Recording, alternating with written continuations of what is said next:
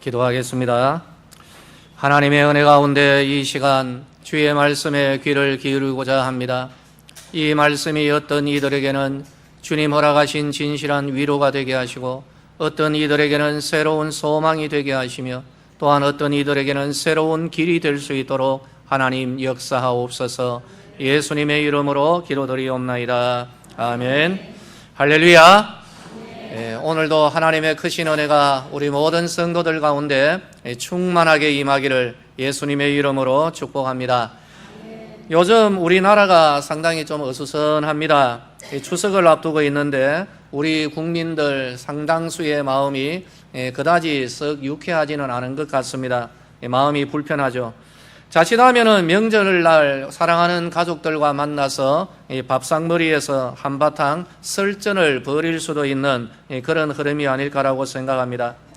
우리 보통 사람들은 자기들이 살아가는 이 나라 안에서 모든 것이 제대로 잘 되어가고 있으리라고 그렇게 믿으면서 살아가고 있습니다.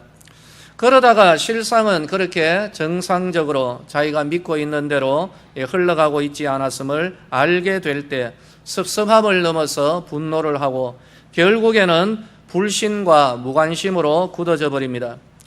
근래에 들어서 하나의 큰 이슈가 있죠. 우리나라의 이런 부조리한 것들을 척결하겠다라고 자처했고, 또 상당수의 국민들은 그 일에 적임자라고 믿었던 사람, 바로 그 사람에게서 터져나왔던 의혹입니다.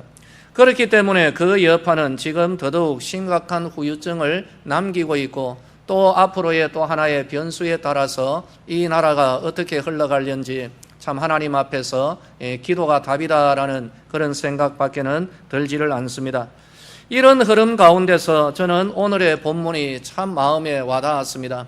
지난 한 주 어린아이를 좀 묵상했습니다. 예수님은 어린아이를 가까이 하셨다라고 합니다. 심지어 주의 제자들, 어른들이, 아이들이 예수님께 다가가는 것을 만류하였는데 예수님은 도리어 바로 그 어른들을 나무라시고 어린아이들이 자기에게 다가오는 것을 기뻐하셨다라는 것을 볼 수가 있습니다. 그리고 예수님은 어른들을 향하여서 이런 말씀을 주십니다. 하나님의 나라를 너희들처럼 어른들처럼 받드는 것이 아니라 지금 이 아이들, 어린아이들처럼 하나님 나라를 섬겨라 라고 예수님께서는 지시를 하시는 것입니다. 저는 예수님의 이 말씀을 가지고 내 나름대로의 한 3가지의 소망을 우리 성도님들과 함께 나누려고 합니다. 먼저 우리 모두가 좀 어린아이들처럼 단순하게 살았으면 참 좋겠다 하는 그런 소망을 가져봅니다. 좀 투명하자라는 그러한 의미입니다. 말과 행동에 너무 깊은 의미를 담지 말았으면 좋겠다 하는 그런 마음이 상당히 간절하게 듭니다. 어린아이 수준에서도 충분히 알아들을 수 있는 그런 의미의 말과 행동으로 살아갈 수 있는 단순한 사회가 되었으면 참 좋겠습니다. 그것은 오직 어린아이와 같은 영성으로 이 세상을 살아갈 때에 가능하리라 믿습니다. 그러나 이 세상은 막상 이 세상 안에서는 사람들의 말과 행동, 그 안에 담겨져 있는 의미가 너무 복잡합니다. 때로는 꼬여 있는 것 같고 때로는 뒤틀려 있는 것 같습니다. 때로는 굉장히 모호하기 때문에 자칫 섣불리 해석했다가는 나중에 큰 코 다칠 수도 있는 바로 이러한 관계가 오늘날의 우리들의 관계가 아닐까라고 생각합니다. 상당히 어렵습니다. 지난 주간에 저희 노회가 있었습니다. 노회에서의 한 일입니다. 미국에 선교사로 가 있는 한 목사님입니다. 이분이 우리 노회에 교단을 탈퇴하겠다라는 서류를 제출했습니다.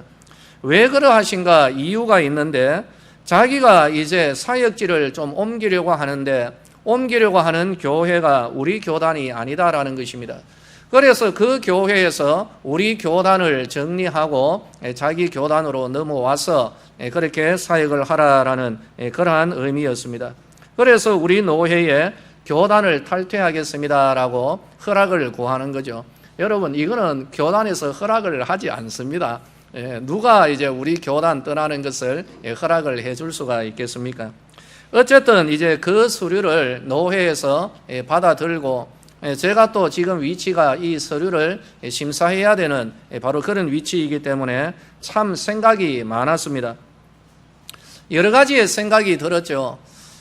선교사로 가시는 건 좋은데 굳이 미국으로 선교사를 가신 이유가 무엇인가, 그런 생각이 한번 들었습니다. 그리고 두 번째로 교단을 옮기면서까지 자기 사역을 계속해야 하는가, 우리 교단 안에서는 사역을 못하는가, 이런 생각도 들었습니다. 그리고 무엇보다도 우리 목사들은 이런 법 제도를 잘 압니다.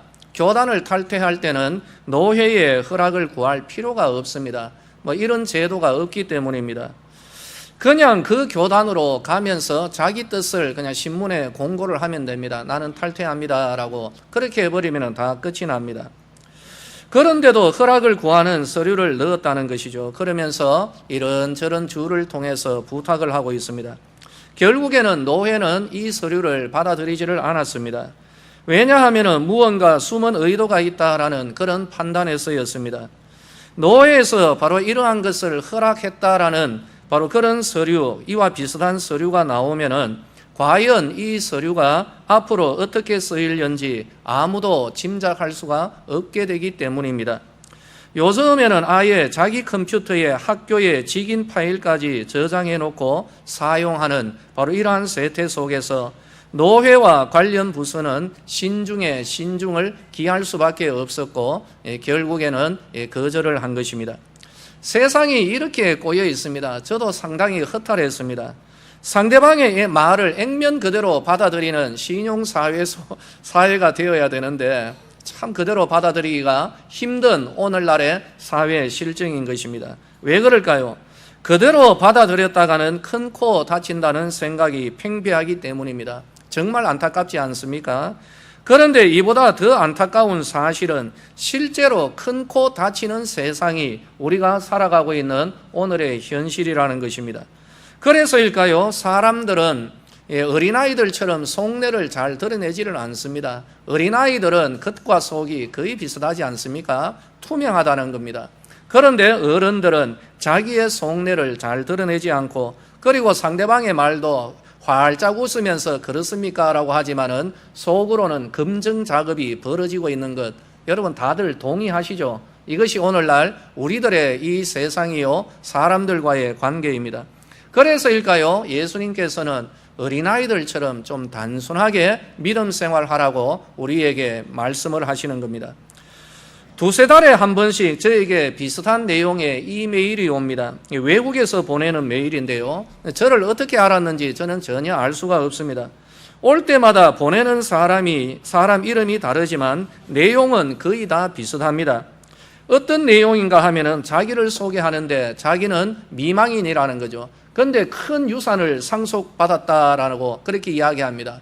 그래서 엄청난 수백만 달러의 유산을 상속받은 미망인인데 이제 저에게 이 돈을 좀 관리해주고 그렇게 하면은 저에게 수십만 달러를 보내주겠다라고 그렇게 이야기를 하는 것이죠. 그야말로 하늘에서 돈보따리를 내려주겠다라는 그러한 제안이었습니다. 여러분 같으면 어떻겠습니까? 그러나 저는 그 메일을 보면서 늘 씩 웃으면서 늘 인터넷상에 휴지통으로 늘 보내버립니다. 세상이 꼬여 있습니다.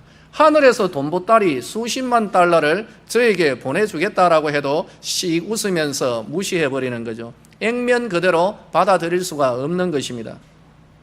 혹시 이 말씀 들으면서 목사님 그 주소 좀 알려 주십시오. 필요한 분 있으면은 제가 언제라도 여러분들께 가르쳐 드리도록 하겠습니다.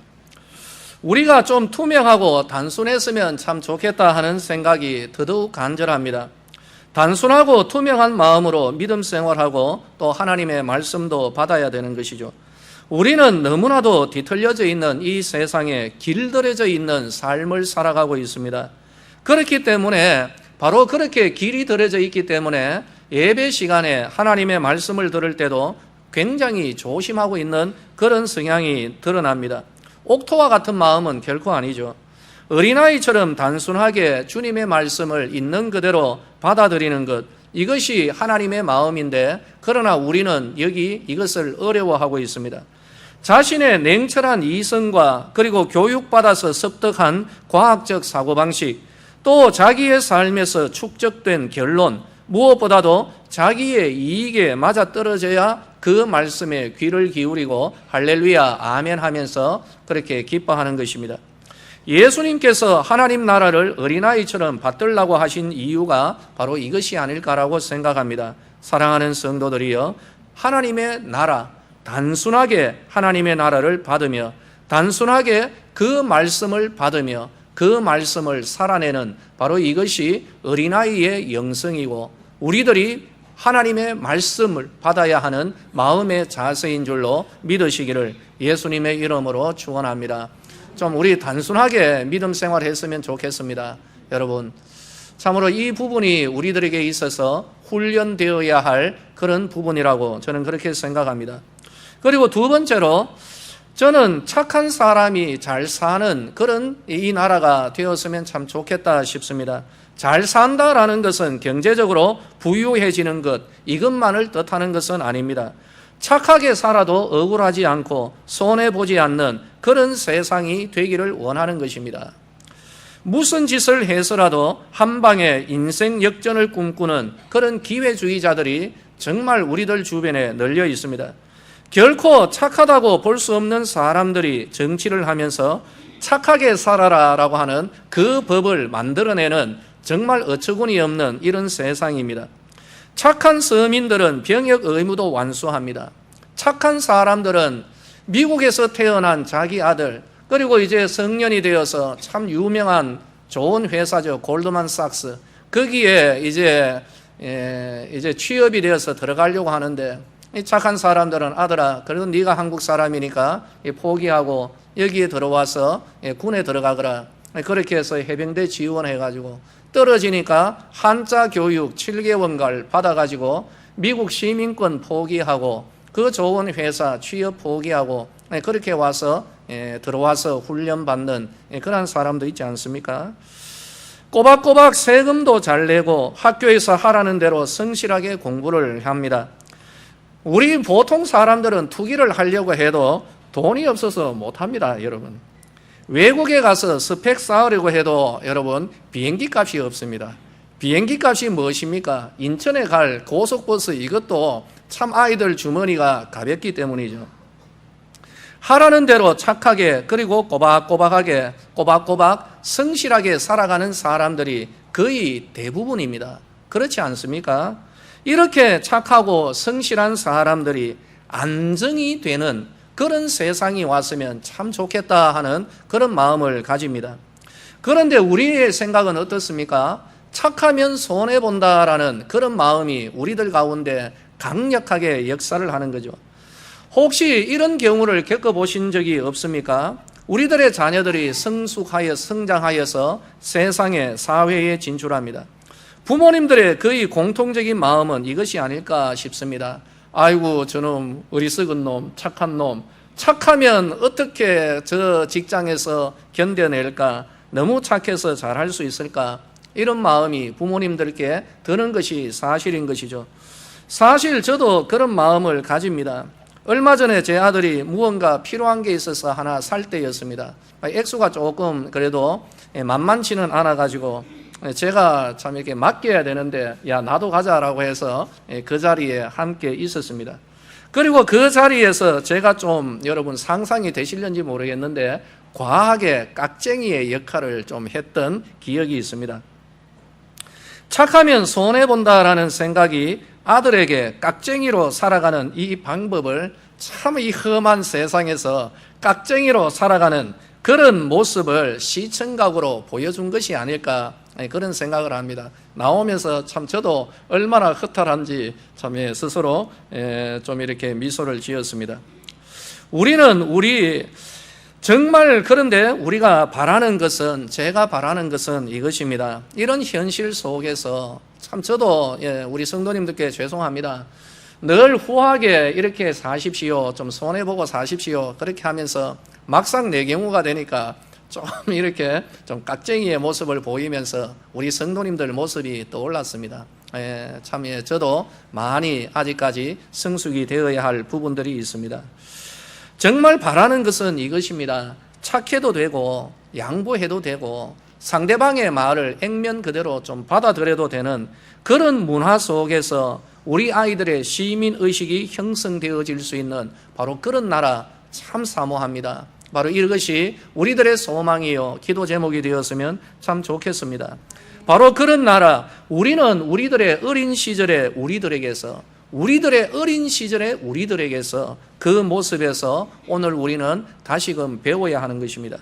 무엇보다도 예수님께서 하셨던 말씀, 어린아이처럼 착하게 하나님 나라를 섬겨 나가야 하는 것이죠.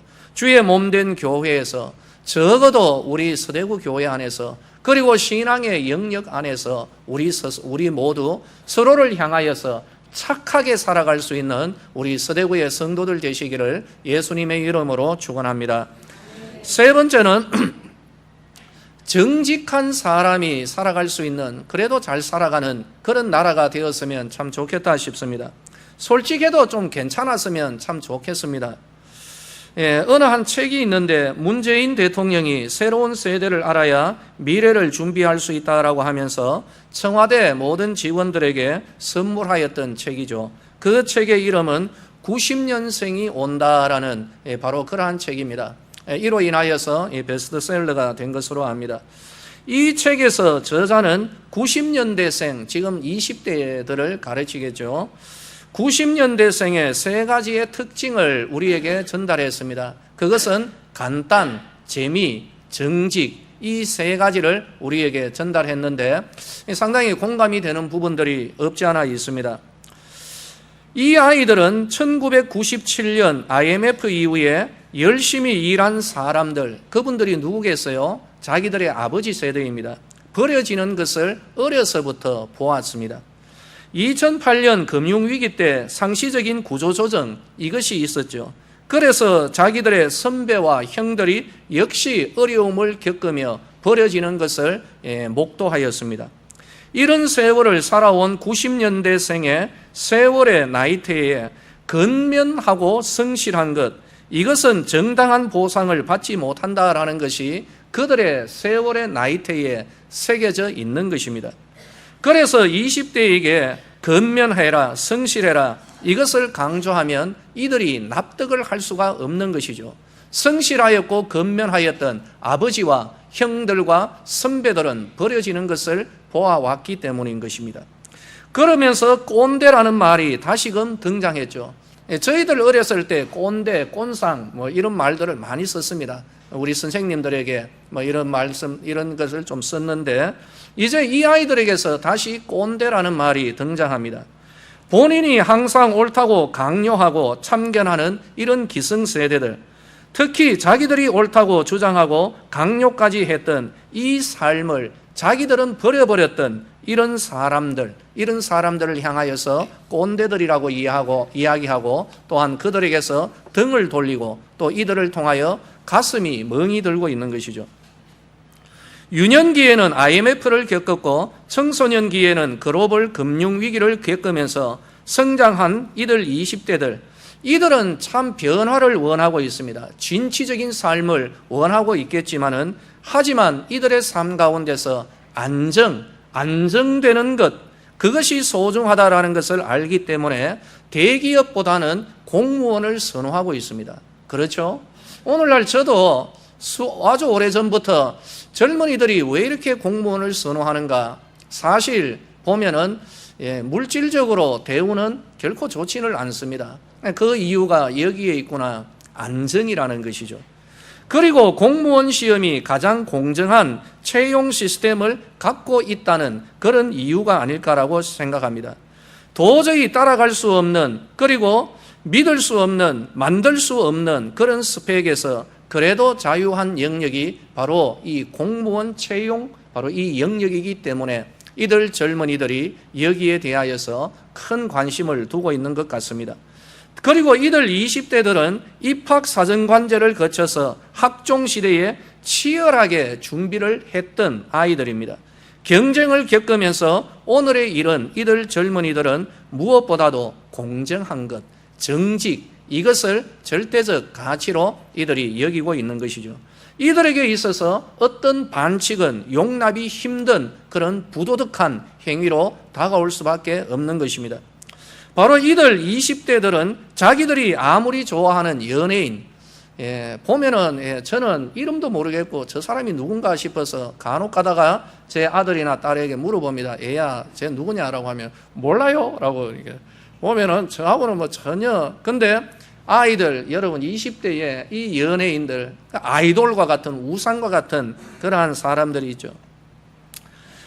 비록 그들에게 우상과 같은 아이돌이라 하여도 이 도덕의 가치를 지키지 못한 자들에게는 이들이 곧바로 등을 돌려버리더라고요. 이런 말이 있었습니다. 미투가 나오고 그 이후에 비투가 있었습니다.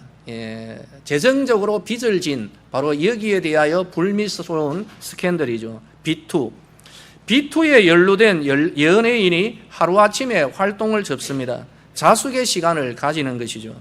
이들의 과거나 행적이 비록 법적으로는 문제가 되지 않고 또 그것이 본인의 일이 아니라 가족의 실책이라 하여도 이들 20대들은 그냥 그대로 등을 돌려버리는 것입니다. 연예인은 공인이 결코 아닙니다. 그럼에도 자숙하고 반성을 합니다. 심지어는 자기의 활동을 접거나 은퇴하기도 합니다. 이들 90년대생을 통하여서 매우 중요한 기준 하나가 나타났고, 그리고 이 기준을 무시할 수 없는 그런 결과이기 때문이죠. 그것은 바로 공정과 정직이기 때문입니다. 참 감사한 것은 이들 젊은이들의 영혼에 바로 이런 공정, 정의, 정직이라는 이 글자가 불타고 있다는 것, 여기에 대하여서 참 감사합니다. 반면에 부끄러운 것은 이 글자를 우리 교회와 성도들, 교사들이 가르쳐 주지를 못했다라는 것, 이것이 심지어 하나님 앞에서 정말 부끄러울 따름입니다. 근래 들어서 이 90년대생이 조국이라는 후보자에게 유독 강하게 등을 돌리고 있습니다. 저도 굉장히 놀랐습니다. 이들 젊은이들이 왜 이렇게까지 촛불을 다시 들고 있는가? 이제서야 그 이유를 어느 정도 파악해 들어가고 있습니다. 정당할 수 없는 일이 적법하게 이루어지는 여기에 분노하고 있는 것이죠. 정직하지 않으면, 공정하지 않으면 자기들은 피땀 흘려서 그 과정을 성실하게 그대로 쭉 지키며 나아왔는데 이것은 반칙이다라는 그러한 것이죠. 정직하지 않았고 공정하지 않았으면 가차없이 외면하는 바로 이들이죠. 바로 그들 가운데 고려대학교에서 하나의 시위 피켓 내용이 눈에 들어옵니다. 우리는 무엇을 믿고 젊음을 걸어야 합니까? 여러분, 가슴이 시립니다. 이 아이들, 우리는 도대체 무엇을 믿고 우리의 젊음을 걸어야 되는가? 이 세상, 이 사회. 그리고 서울대학교 대학원생의 한 발언입니다. 8월 23일자입니다. 대학원생으로 연구실에 들어온 지 1년이 넘었는데 논문 한 글자도 쓰지 못했습니다. 이들 아이들 가슴이 터져나고 있는 그러한 것을 우리는 목도하고 있는 것이죠. 답답한 흐름 가운데 생수와 같은 뉴스 보도를 접하였습니다. 동양대 최성해 총장, 처음 가진 생각은 바로 이것이었습니다. 저분이 나중에 뒷감당 어떻게 하시려고 이렇게까지 그렇게 하시는가. 한편으로는 참 감동이 되지만 또 한편으로는 우려스러운 마음 금할 수가 없습니다. 제 개인적인 생각입니다. 이 일이 수습된 이후에 2, 3년 뒤에 동양대가 사라지는 것은 아닐까. 하지만 그분은 각오하신 것 같습니다. 그분의 가치관이 참 귀하게 다가옵니다. 여러 가지의 인터뷰와 조사에 그래도 있는 그대로 정직하게 임하는 그 이유를 그분이 이렇게 말씀하셨습니다. 정직하게 살면 잘 살 수 있다는 걸 보여주고 싶었다. 자신의 모든 것 다 걸어야 됩니다. 벌써부터 뒤지고 있지 않습니까? 자신의 모든 것 다 걸어야 이 말이 나오고 그 행동이 나올 수가 있는 거죠. 정직하게 살면 잘 살 수 있다는 걸 보여주고 싶었다. 우리는 이것을 기억해야 됩니다. 결코 한 사람을 기억하는 것이 아니라 바로 그 가지고 있는 그 가치를 우리는 기억하고 우리가 지켜드려야 하는 것이죠. 그 한 사람을 지켜드리는 것이 아니라 그분이 간직하고 모든 것을 다 걸었습니다. 여러분 이해가 되시죠? 모든 것을 다 걸었다라는 이 말이 여러분 이해가 될 겁니다. 진실로 걸어할 겁니다. 앞으로 어떻게 되는지 우리가 눈여겨 지켜봐야 됩니다. 그러나 그분을 지켜드리자라는 것이 아니라 그분이 가지고 있는 그 가치관, 바로 이것을 우리가 지켜내어야 하는 것이죠. 정직해도 잘 살 수 있는 나라를 만들고 나아가서 정직해야 잘 살 수 있는 그런 나라가 오면 참 좋겠습니다. 여러분 어떻게 생각하십니까? 정직해도 잘 살 수 있는 이 나라 한 단계 더 올라가서 정직해야 잘 살 수 있는 바로 그런 나라가 바로 우리나라 되었으면 참 좋겠는데 참 우리들로서는 가슴 아픈 오늘의 현실이라는 것이죠. 예수님은 이렇게 말씀합니다. 그러므로 하나님의 나라를 어린아이들처럼 솔직하게 그렇게 정직하게 하나님 나라를 섬기며 나아가라, 그렇게 우리에게 말씀을 하고 있는 것입니다. 사랑하는 성도들이여, 우리는 예수님의 몸된 교회를 이루는 자들입니다.